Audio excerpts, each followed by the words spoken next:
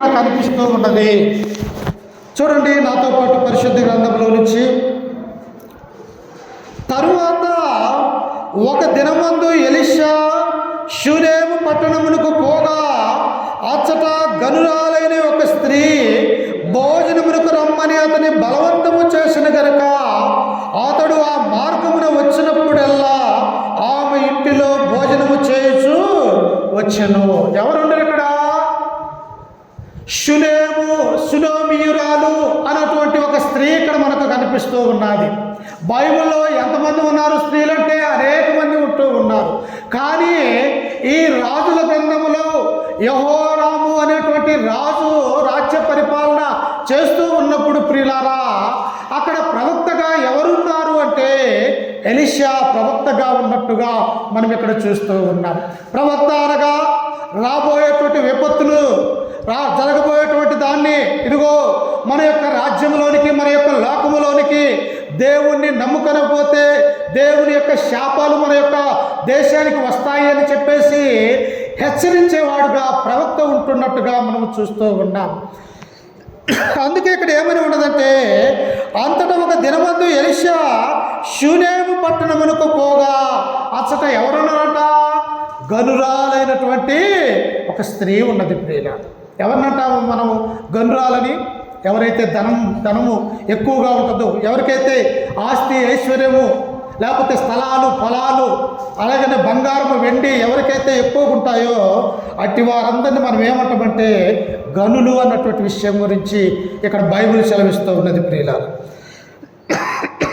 అందుకనే దేవుడు ఇక్కడ ఏమంటూ ఉన్నాడంటే, గనురాలైన ఒక స్త్రీ భోజనమునకు రమ్మని అతని బలవంతము చేసెను. ఎందుకో తెలుసా? ఆ యొక్క మార్గాన షూనేము పట్టణానికి ఈ ప్రవక్త అయినటువంటి ఎలీషా ఆ మార్గములో ప్రయాణిస్తూ ఉన్నాడు. ప్రియులారా, ఎందుకు అంటే ప్రవక్త ఒక ఇంటిలో ఒక చోట ఉండడు. ఎందుకు?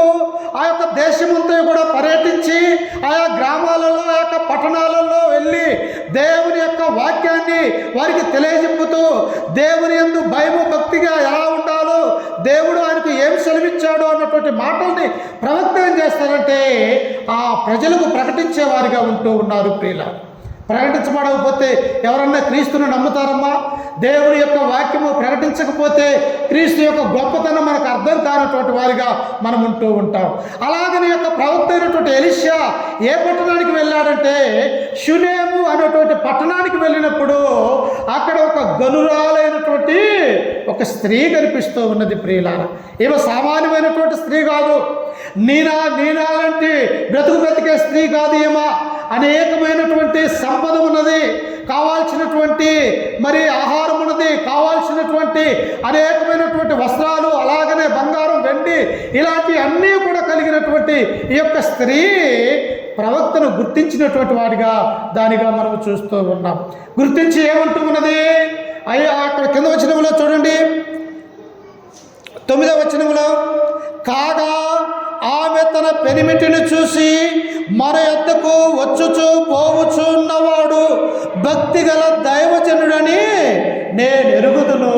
ఎలా ఎరుగుతుందట మామ? ఆమె అంటూ ఉన్నది, తన పెనిమిడితో మాట్లాడుతూ ఉన్నది, అయ్యా మన యొద్దకు వస్తున్నటువంటి ఎలీషా ప్రవక్త ఆయన సామాన్యమైనటువంటి ప్రవక్త కాదు. ఆయన దైవజనుడు, దేవుని యొక్క వాక్యాన్ని ప్రకటించేవాడు. ఆయన ఈ ప్రాంతానికి వచ్చినప్పుడు మన యొక్క ఇంటిలోనికి మనం ఆహ్వానిస్తూ ఉన్నాం. ప్రవక్తను మన యొక్క ఇంటిలోనికి ఆహ్వానిస్తే ఆ దేవుణ్ణే మన ఇంటిలోనికి పిలిచినటువంటి మాట ఆ యొక్క స్త్రీ ఎరిగినది. ప్రియుల, చూసారా? ఆమెకున్నటువంటి భక్తి, ఆమెకున్నటువంటి విశ్వాసము, ఆమెకున్నటువంటి దేవుని మీద ప్రేమ ఎలా ఉన్నదంటే ప్రవక్త షూనేము పట్టణానికి వెళ్ళినప్పుడు, అయ్యా మా యొక్క ఇంటిలోనికి రాయా, మా ఇంట్లోనికి వచ్చి ఇదిగో నీవు నీళ్లు తాగాయా, ఇదిగో ఆహారము తినాయా, నీకు కావాల్సినటువంటి ప్రతి అవసరత కూడా నాకు తెలియజెప్పితే నీ యొక్క పరిచర్యకు నేను ఒక సహకారిగా ఉంటాను అని ఈ యొక్క జ్ఞానవంతురాలైనటువంటి ఈ షూనేమీయురాలు ప్రవక్తను తన ఇంటిలో చేర్చుకున్నది. ప్రియుల, అందుకనే ప్రభు అయినటువంటి యేసుక్రీస్తు వారు కూడా ఈ లోకంలో ఉన్నప్పుడు అంటాడు, ఏమంటాడు? బోధకుడిని చేర్చుకున్నట్టయితే నా పేరట వచ్చు వారికి గుక్కెడు చల్లనీళ్ళు ఇస్తే తమ ఫలము పోగొట్టుకొనరు. అంటే ఏమడుగుతూ ఉన్నాడు? నా పేరు పెట్టుకొని నా సేవకుడుగా నిజమైనటువంటి భక్తుడిగా మీ యొక్క గృహాలలోనికి వస్తే మీరు ఒకవేళ భోజనం పెట్టలేకపోవచ్చు సమయానికి. ఎందుకంటే ఏ సమయాన స్వార్థికుడు ఆ యొక్క గ్రామాలలో వస్తాడో తెలియనటువంటి స్థితిలో ఉంటారు కనుక అతనికి ఎండవేళలు వచ్చినప్పుడు గుక్కెడు చల్లనీళ్ళు ఇస్తే తమ ఫలము పరలోకమందు దాచిపెట్టబడుతూ ఉన్నది ప్రియుల. ఇది గమనించింది ఈ షునేమీరాలు. ఇది ఆలోచన చేసినది. దేవుని యొక్క ప్రవక్తను తన ఇంటిలోనికి ఆహ్వానిస్తే తన యొక్క కుటుంబము బాగుపడుతుందని, తన యొక్క కుటుంబము ఆశీర్వదించబడుతుందని, తను కూడా భక్తి పరురాలని, దేవుడు పరలోక రాజ్యంలో తన గురించి ఆయన ఆలోచిస్తాడని చెప్పేసి ఈ షునేమీరాలు తన యొక్క ప్రవక్తని తన ఇంటిలోనికి ఆహ్వానించుకున్నది ప్రియులారా. అందుకనే తన పెనిమిటితో చెబుతూ ఉన్నది ఏమని చూడండి కింద వచనంలో, కాగా ఆమె తన పెనిమిటిని చూసి మన యొద్దకు వచ్చుచూ పోవుచున్నవాడు భక్తిగల దైవజనుడని నేను ఎరుగుదును. నేను చూశానయ్యా, ఆయన సామాన్యమైనటువంటి దైవజనుడు కాదు. ఆయన ఎలాంటి దైవజనుడో తెలుసా? ఆయన మార్గంలో వెళుతూ ఉంటే అనేక మంది యవనస్తులు, ఓ బోడివాడా బోడివాడా నీవెక్కడికి వెళ్తూ ఉన్నావని ఆ యొక్క ప్రవక్తని ఎగతాళి చేస్తే ఆయన వెనక్కి తిరిగి చూసి ఆ యొక్క బాలుర్ని యవనస్తుల్ని శపిస్తే ఆ అడవిలో ఉండి ఆడసింహాలు వచ్చి వారందరినీ కూడా ఏం చేసే తెలుసా? మొత్తాన్ని 42 మంది బాలుర్ని తినివేసింది ప్రియుల. అంటే ప్రవక్త సామాన్యమైనటువంటి ప్రవక్త కాదు. తన నుండి వచ్చే మాట ఎలాంటిదంటే ఒక అగ్నిలో నుంచి ఎలాగైతే వస్తూ ఉన్నదో అలాంటి మాట మాట్లాడేవాడు ప్రవక్త కనుక ఈ ప్రవక్త ఎలాంటి వాడంటే ఆయన గొప్ప దైవజనుడని నేను ఎరుగుదనని ఒక స్త్రీ గ్రహించినది ప్రియుల. స్త్రీ గ్రహించి ఆమె ఏమున్నది? తన భర్తకు చెబుతూ ఉన్నది, అయ్యా మన ఎద్దుకు వచ్చుచూ పోవచ్చున్నటువంటి వాడు గొప్ప దైవజనుడు, గొప్ప ప్రవక్త. ఈ ఇశ్రాయేలు యొక్క దేశంలో ఆయా ప్రాంతంలో పర్యటిస్తూ అనేక మందిని కూడా దేవుని యొద్దకు చేర్చుతున్నటువంటి ఈ గొప్ప దైవజనుడికి మనం ఇంకా చేయాలి అని చెప్పేసి ఆ యొక్క భర్తకు చెబుతూ ఉన్నది ప్రియుల. మనము మన యొక్క జీవితంలో కూడా గొప్ప దైవ సేవకులని, అబద్ధ బోధకులు ఉన్నారు, అట్టి వారిని మనం ఇంటిలోనికి ఆహ్వానించవలసిన అవసరం లేదు ప్రియులారా. ఎవరైతే దేవుని యొక్క పేరు పెట్టుకొని, ఎవరైతే దేవుని యందు భయము భక్తి విశ్వాసము కలిగి నీతి యథార్థతగా బ్రతుకుతారో అట్టి వారికి మన యొక్క ఇంటిలోనికి ఆహ్వానించాలా, స్థానం ఇవ్వాలన్నటువంటి విషయాన్ని ఇక్కడ మనం చూస్తూ ఉన్నాం. అందుకనే అప్పుడు తన యొక్క భర్తకు చెప్పినప్పుడు ఆమె ఇంకా ఏమంటూ ఉన్నదో చూడండి 10వ వచనంలో, కావున మనము అతనికి గోడ మీద ఒక చిన్న గది కట్టించి అందులో అతని కొరకు మంచము, బల్ల, పీట, దీపస్తంభము ఉంచుదము. చూశారా తన యొక్క ఎంత వాస్తుపర్రాలామా? ఆమెకు ఒక గొప్ప బిల్డింగ్ ఉంటే ఆ బిల్డింగ్ పైన మరొక గోడ కట్టించి మరొక బిల్డింగ్ కట్టించి ప్రవక్త తన దగ్గరకు వచ్చినప్పుడు మన యొక్క ఇంటిలోనికి రాక ఇదిగో ఆ మేడ మీద ఉంటాడు ఆయన. ఎందుకో తెలుసా? మన యొక్క ఇళ్లలోనికి వచ్చినప్పుడు ఆయన బైబిల్ చదువుకోవటానికి అవకాశం ఉండదు.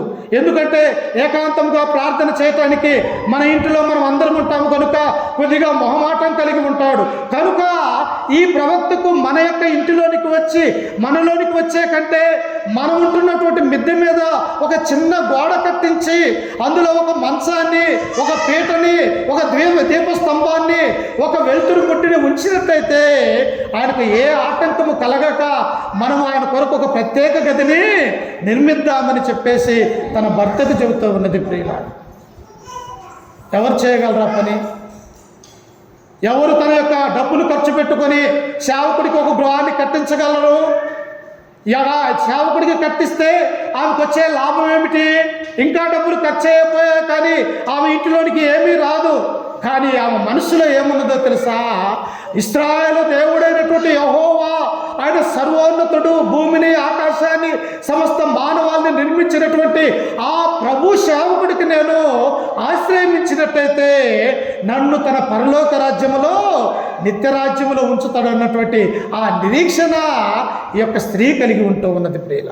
మనం ఎందుకు దేవుని యొక్క మందిరంలో ఆదివారం వచ్చేసరికి 2 గంటలు 3 గంటలు కూర్చొని మనం కూర్చోలేకపోయినా, ఒక్కొక్కరు వృద్ధాప్యంలో ఉండి నడవలేనటువంటి స్థితిలో కూడా దేవుని యొక్క మందిరానికి వచ్చి అనారోగ్యం కలిగినప్పటికీ కూడా ఆయన యొక్క సన్నిధిలో కూర్చోవాలన్నటువంటి ఆ తపన ఎందుకు అంటే ప్రియులారా, ఇహలోకంలో మనం మరణించినప్పటికీ కూడా ఆయన పరిశుద్ధమైనటువంటి పరలోకంలో మనం అందరము కూడా జీవించాలన్నటువంటి ఆ నిరీక్షణ గలవారమై మనము దేవుని మందిరంలో ఉంటూ ఉన్నాం.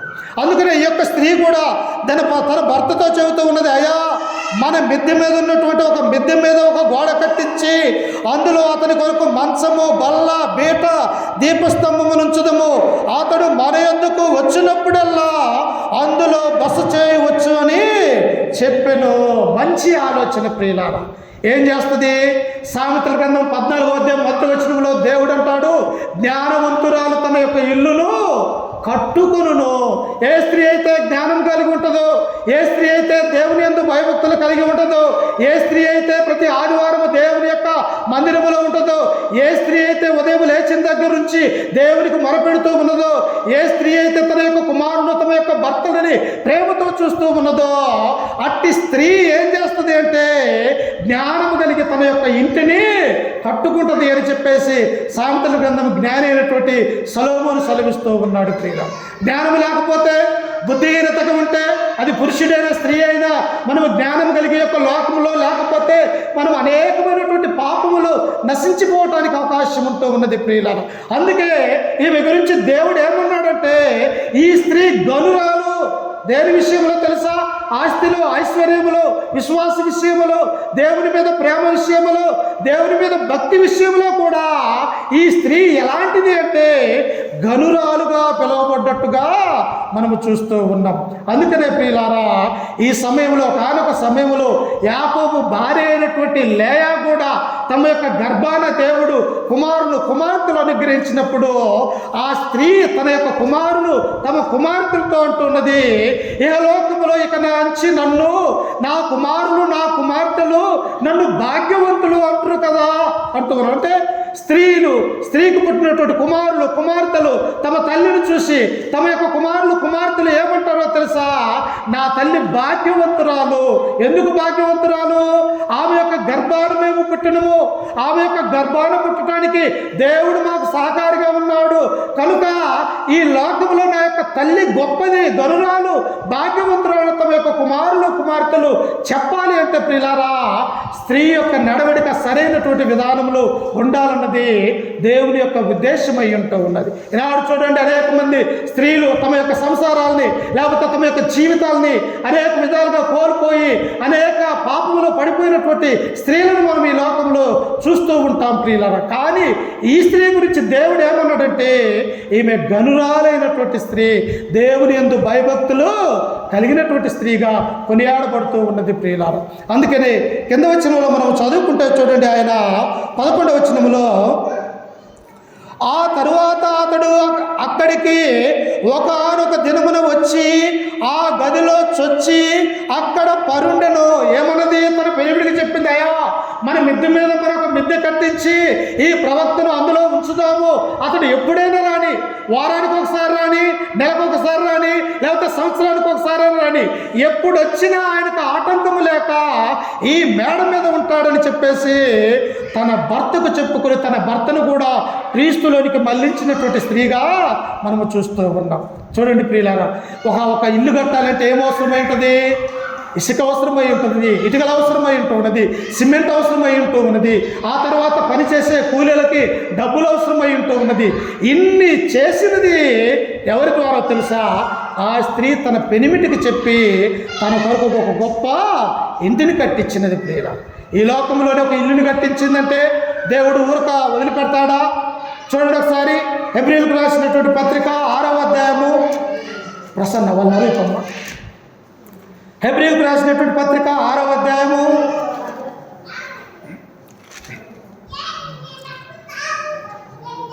10వ వచనాన్ని చదువుకుందాం. చూడండి ఒకసారి 6:10.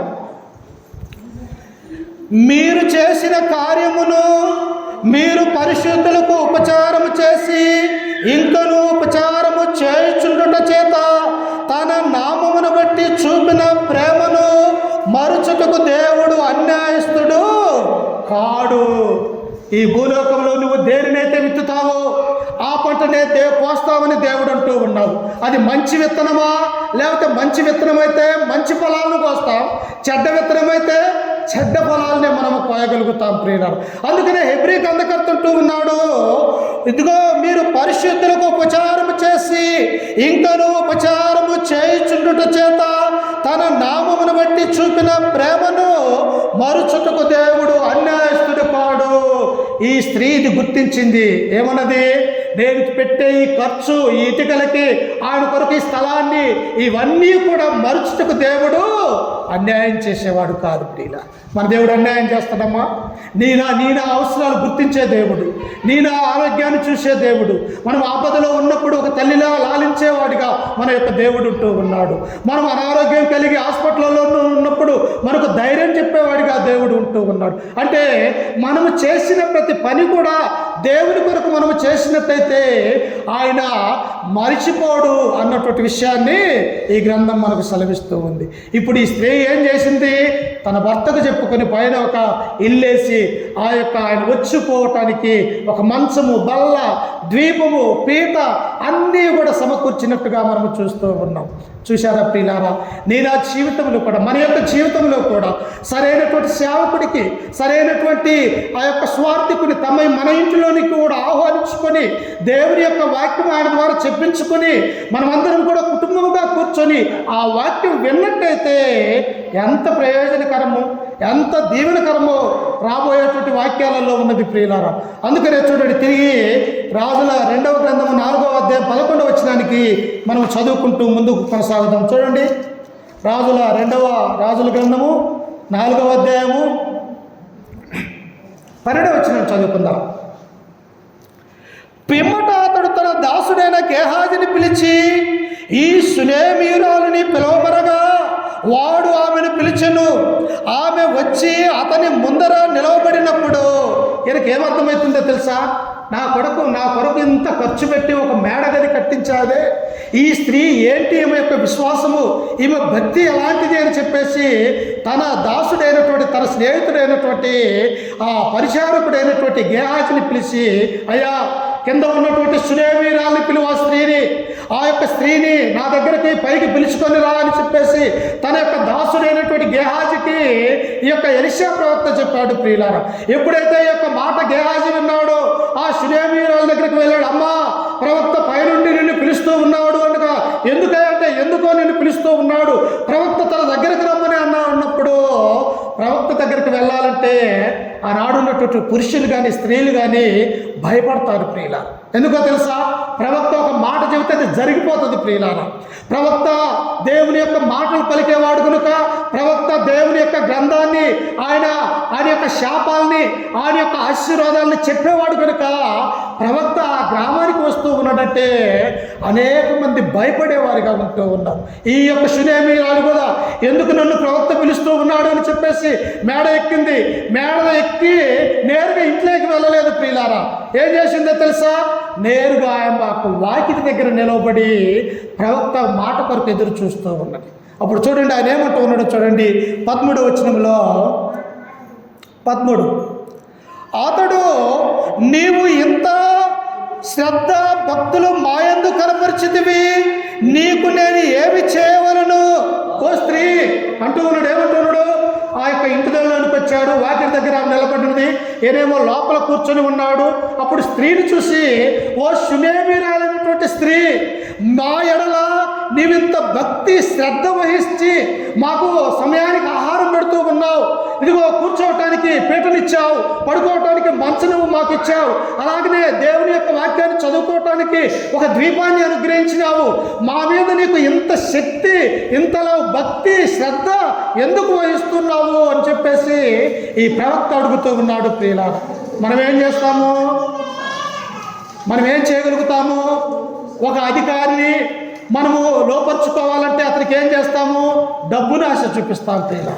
ఒక అధికారి మన మీద కనికరం కలగాలంటే అతడు ఏది అడిగితే అది ఇస్తాం.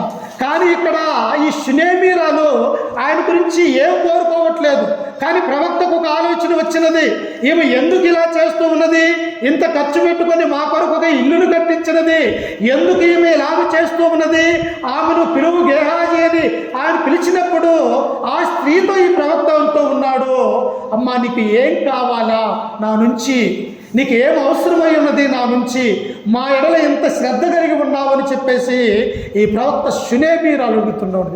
మనమైతే ఏమంటామో తెలుసా, ఏదో ఒకటి అడుగుతాం ప్రియుల. మనమైతే అయ్యా నీకు చేసిన దానికి ప్రతిఫలం ప్రవక్తగా ఉన్నావు కదా, మాకు మంచి మేడలు లేకపోతే మంచి బంగారము మంచి ఆస్తి ఐశ్వర్యాన్ని మాకు అనుగ్రహించమని మనము, ఆయన దేవుని ప్రవక్త కదా, ఆయన ఏది చెబితే అది జరిగింది కనుక మనమైతే లోక సంబంధంగా అడిగేవాళ్ళం.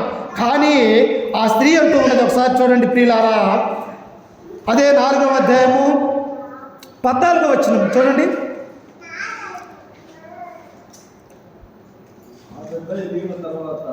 పద్మూడునే చదువుకున్నాం చూడండి.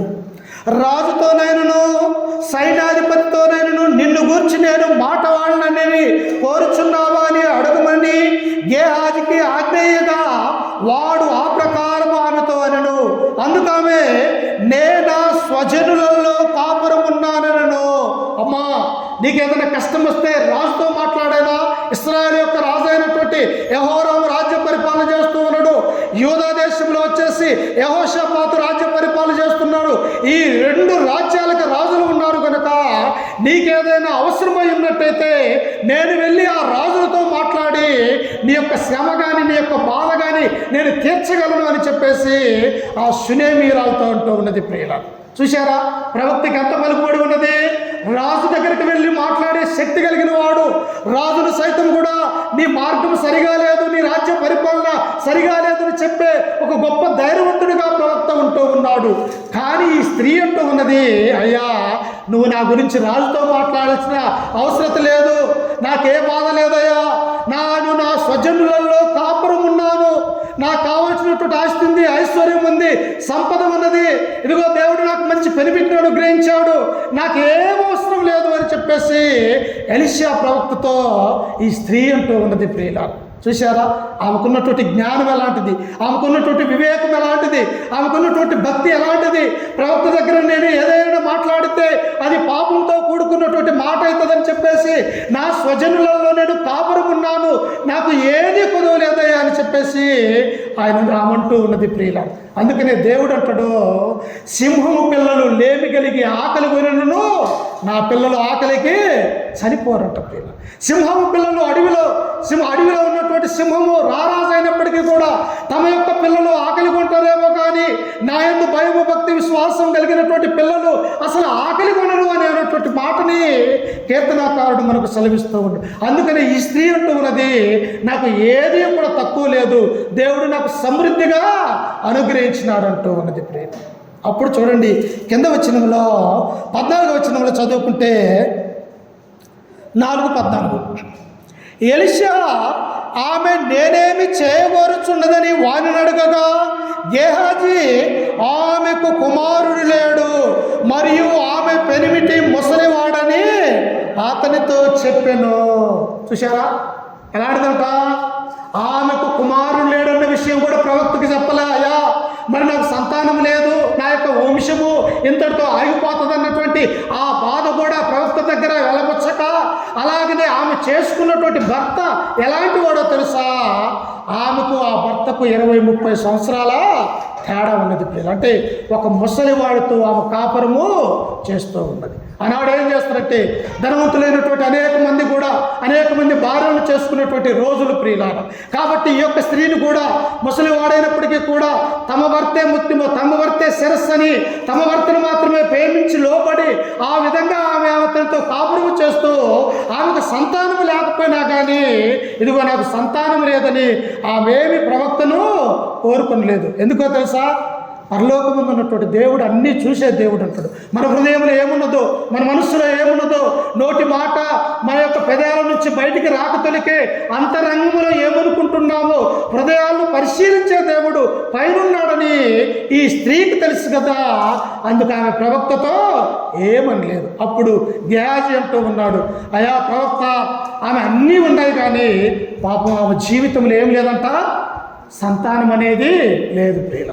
ఇదిగో ఆస్తి ఉన్ని, ఐశ్వర్యం ఉన్ని, బంగారం ఉన్ని, వెండిని మనం ఇంటికి వచ్చినప్పుడు మన యొక్క సంతానం లేకపోతే ఆ బాధ వర్ణాతీతము. ఎలాంటిదో తెలుసా? ఇరుగు పొరుగు వారు నువ్వు గొడ్రాలంటారు, ఈమెకు ఎందుకు పిల్లలు కలగలేదు, ఈమె చేసినటువంటి పాపం ఏమిటో అని అనేక మంది కూడా దూషించేవారుగా ఉంటారు. కనుక ఈ నిందను కూడా భరిస్తూ ఈ సునేమీరాలు ప్రవక్తకు తన యొక్క శ్రమను చెప్పుకోలేనట్టు దానిగా మనం చూస్తూ ఉన్నాం. అయితే ప్రియులారా చూడండి, దేవుడు ఏం చేస్తూ ఉన్నాడు ఆమె యొక్క జీవితంలో అంటే 15 వచనం చూడండి, 4:15. అందుకు అతడు ఆమెను పిలవమనగా వాడు ఆమెను పిలిచెను.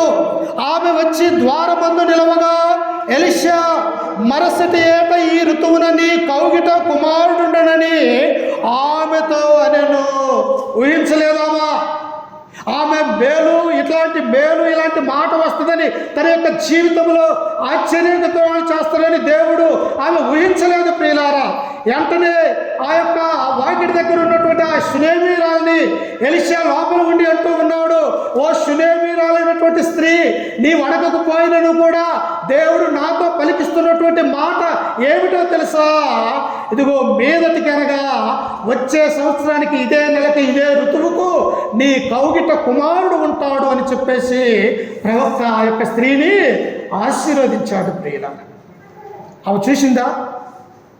ఆమెకు పిల్లలు లేరన్న సంగతి ఆమెకు తెలుసు. కానీ ఎందుకు ఆమె అడగలేదో తెలుసా? తన భర్త వృద్ధాప్యంలో ఉన్నాడు, ఆమె వృద్ధాప్యంలో ఉన్నాడు, నాకు దేవుడు ఇవ్వలేదనుకొని ఆమె సంతోషపడుతూ ఉన్నది. ఇస్తే సంతోషమే, ఇవ్వకపోయినా సంతోషమే, కానీ నా దేవుణ్ణి నేను మరవకూడదు అన్నటువంటి విషయం గారు గ్రహించి ఆ యొక్క సేవకుడికి పరిచర్య చేస్తూ ఉన్నది. ప్రియుల, ఇప్పుడు ఏమంటూ ఉన్నాడంటే ప్రవక్త, ఓ షునేమీరాలు, మీదటికి నీ కౌగిట్లో ఒక మంచి కుమారుని దేవుడు ఇవ్వబోతూ ఉన్నాడు. ప్రియుల, చూశారా? దేవుడు అందుకనే ఆయన అంటాడు, దేవుడు ఆశ్చర్యకరుడు. నీ కన్నులకు నా కన్నులకు ఆయన చేసే ఆశ్చర్యాలు అర్థం కాదు.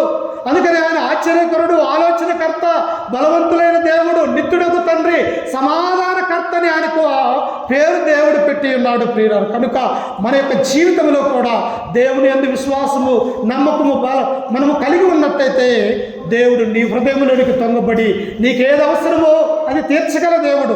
లోకంలో ఉన్నటువంటి ఏ మానవుడు కూడా మన యొక్క అవసరాలను తీర్చడు.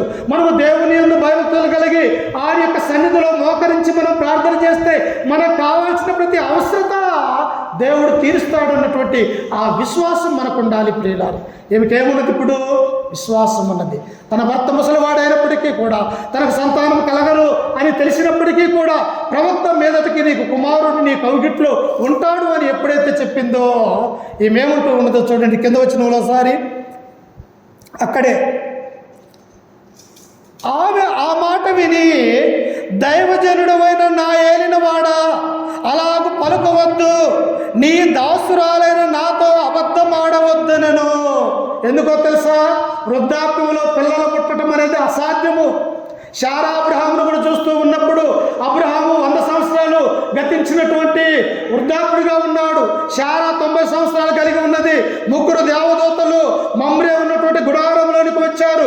వచ్చి వారికి ఉపచారం చేస్తూ ఉన్నది. అయ్యో, ఎక్కడో దూర ప్రాంతముల నుండి ఎండకు అలసటగా వచ్చి ఉన్నారు, నా ఇంటిలోనికి వచ్చి నీళ్లు తాగి ఇదిగో నేను చేసే రొట్టెలు తిని భుజించి కొంత సేద తీర్చుకొని మీరు వెళ్ళమని ఆ దేవదూతలకు ఉపచారం చేసినప్పుడు అబ్రహాముతో ఆ 3 అన్నారు, అయ్యా నీ భార్య ఎక్కడ ఉన్నది అని అన్నారు.